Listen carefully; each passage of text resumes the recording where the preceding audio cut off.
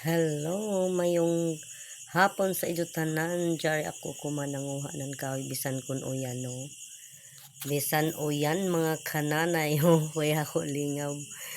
Naning kamot ako para sa ako anak kay dahon niya sa eskwelahan kay para lamang gadud siya magtarong diyon ako litaw na grade 10. Naning kamot ako bahala na ako ang maghimo ng ida dahon na para sa ila sa eskwelahan sa ila garden. Ako ang paningkamutan para lamang kadud siya na magtarong pag-eskwela. Amo diyon na ako trabaho mga kananay, basta kita mga kananay ato gud himuon ang pamaagi na kakuan gud sila sa pag kuan tarong sila sa pag-eskwela bisan kun amo na labad nato uyo sa ila pagkuan. Pero ning kamot ako para lamang gud siya kuman na magbag-o na niya kay lahi man gud siya na kuan. So dinhiratamon mga kananay. Salamat sa paglantaw sa ako video.